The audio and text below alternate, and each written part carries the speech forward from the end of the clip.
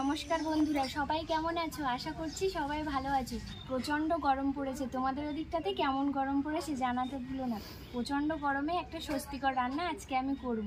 এখানে রয়েছে উচ্ছে দিয়ে মুসুর ডাল বা তেঁতুর ডাল রান্না করব। তোমরা ভিডিওটা দেখতে থাকো, আশা করবো ভালো লাগবে।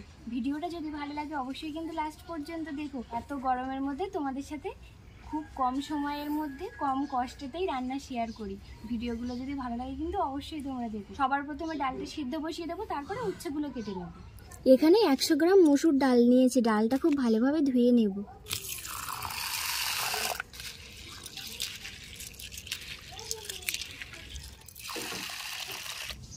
ডাল ধুয়ে নিয়েছি, উনুন জ্বালিয়ে নিয়েছি, ডালটাকে সিদ্ধ করে নেব। ডাল সিদ্ধ হতে থাক, তার মধ্যে উচ্ছে কেটে নেব। উচ্ছেগুলিকে গোল গোল করে কেটে নিচ্ছি। এরকম গোল গোল করে কেটে নেব, দানাটা ফেলে দেব।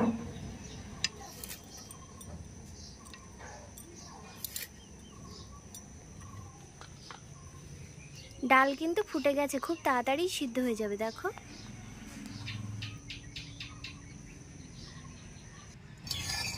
উচ্ছে গোল গোল করে কেটে নিয়েছি, ডাল কিন্তু সিদ্ধ হয়ে গেছে। এবার ডাল নামিয়ে নেব। এই যে দেখো বন্ধুরা, ডাল কিন্তু খুব ভালোভাবে সিদ্ধ হয়ে গেছে। এই দেখো, ডাল নামিয়ে নেওয়ার আগে হাতা দিয়ে একটু ঘেঁটে নেব। ডালটা কিন্তু হাতার সাহায্যে গলিয়ে নিয়েছি। কড়াইটাকে ধুয়ে পরিষ্কার করে নিচ্ছি। কড়াইটা গরম করে নিচ্ছি। কড়াই কিন্তু গরম হয়ে গেছে। কড়াইয়ের মধ্যে সাদা তেল দিচ্ছি। তোমরা এই রান্নাটা সর্ষের তেল দিয়েও করতে পারো। কেটে রাখা উচ্ছেগুলি দিয়ে ভেজে নেব।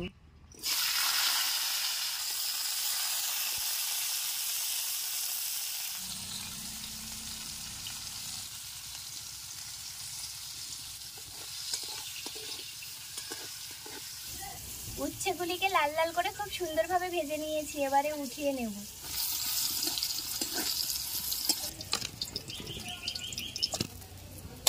উচ্ছে কিন্তু ভাজার পরে অল্প হয়ে গেছে। কড়াইয়ের মধ্যে দিয়ে দেব শুকনো লঙ্কা, 5 ফোড়ন দিয়ে দেব। দিয়ে দিচ্ছি পরিমাণ মতো হলুদ, স্বাদ মতো লবণ, সিদ্ধ করে রাখা ডাল।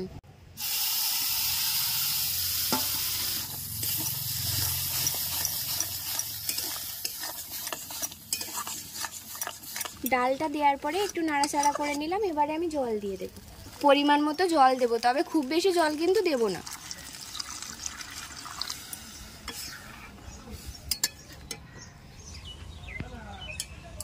জল দিয়ে দিয়েছি, তবে কিন্তু খুব বেশি জল দিইনি, অল্প জল দিয়েছি। ডালটা ফুটে গেলে ভেজে রাখা উচ্ছেগুলি দিয়ে দেব।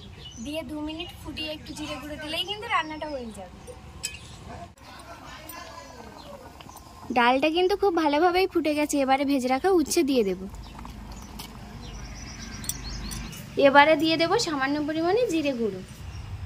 তো বন্ধুরা, উচ্ছে দিয়ে ডাল বা তিতো ডাল কিন্তু হয়ে গেছে। খুব সুন্দর হয়। এই গরমের সময় শরীর একটু ঠান্ডা করতে বা শরীরের সুস্থতার জন্য এরকম রান্না কিন্তু খুব ভালো। তোমরা ঘরেতে বানিও, আর ভালো লাগলে একটা লাইক করে দিও। বা এইভাবে কিন্তু ঘরে বানাতে একদমই ভুলো না। এত গরম পড়েছে, সামান্য রান্না করছি তাই পুরো ঘেমে ছান হয়ে গেছে। তাহলে ভাবো বাইরে যারা কাজে গেছে তাদের কি হচ্ছে। তো চলো, ডালটা হয়ে গেছে, নামিয়ে নেব। তোমরা ঘরে অবশ্যই ট্রাই করো।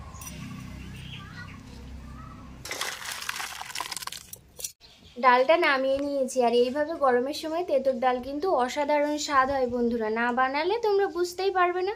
তো চলো এবারে টেস্ট করেই দেখা যাক কেমন হয়েছে ডালটা।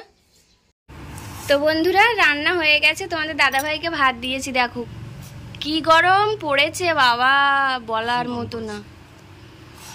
সব জায়গাতেই পড়েছে হয়তো, শুধু আমাদের এইখানেই বলে না।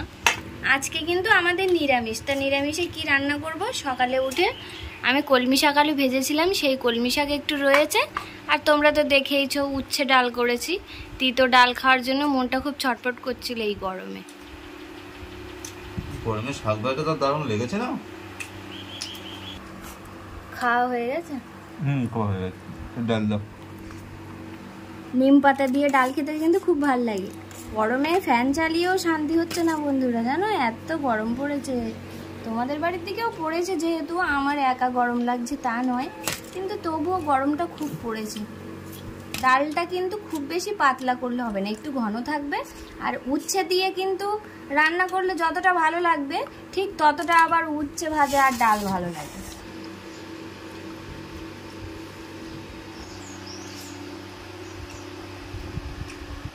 অসাধারণ স্বাদ হয়েছে বন্ধুরা।